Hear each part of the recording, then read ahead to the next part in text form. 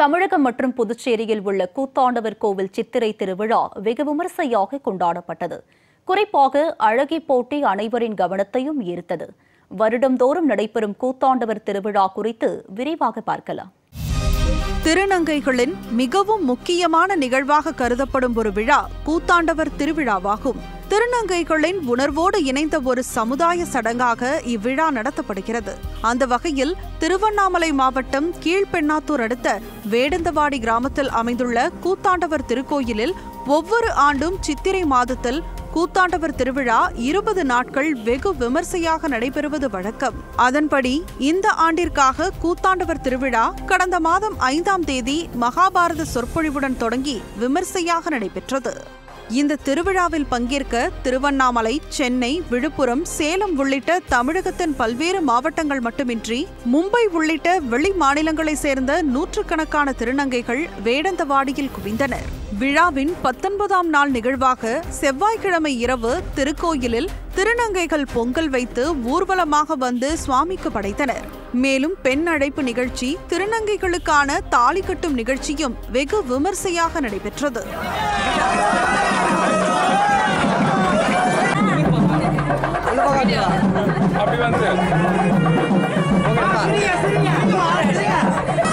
விழாவின் முக்கிய நிகழ்ச்சியாக திருநங்கைகளுக்கான அழகி போட்டி கோலாகலமாக நடைபெற்றது.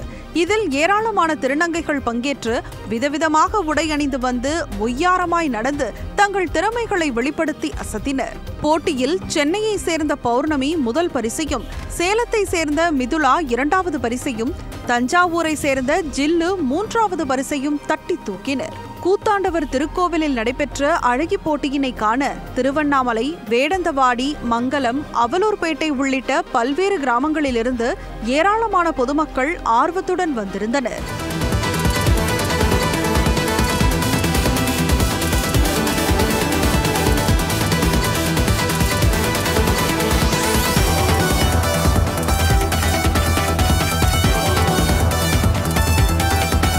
இதேபோல் புதுச்சேரி பிள்ளையார் குப்பத்தில் உள்ள 200 ஆண்டுகள் பழமை வாய்ந்த கூத்தாண்டவர் கோவில் சித்திரை திருவிழா கடந்த 16ஆம் தேதி கொடியேற்றத்துடன் துவங்கிய நிலையில் ஊரணி பொங்கல் படைத்தல் நிகழ்ச்சி, கூத்தாண்டவருக்கு திருக்கல்யாணம், பக்தர்களுக்கு தாலி கட்டும் நிகழ்ச்சி என வெகு சிறப்பாக நடைபெற்றன.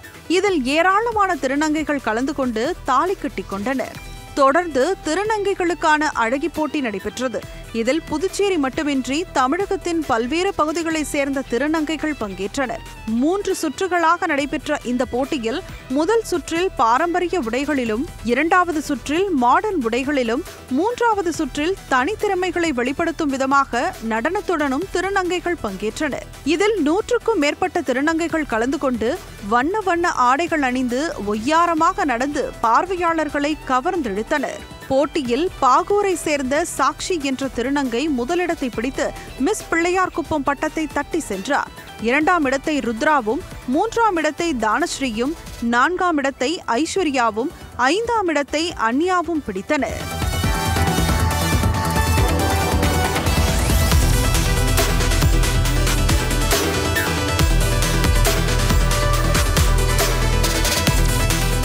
தமிழகம் மட்டுமின்றி இந்தியாவின் பல்வேறு பகுதிகளைச் சேர்ந்த திருநங்கைகளை ஒன்றிணைக்கும் விழாவாக கூத்தாண்டவர் திருவிழா அமைந்துள்ளதோடு திருநங்கைகள் சந்தித்துக் கொள்ளவும், தங்கள் உணர்வுகளை ஒருவருக்கொருவர் பகிர்ந்து கொள்ளவும், கலைகளை வெளிப்படுத்தவும் இந்த விழா வழிவகை செய்கிறது.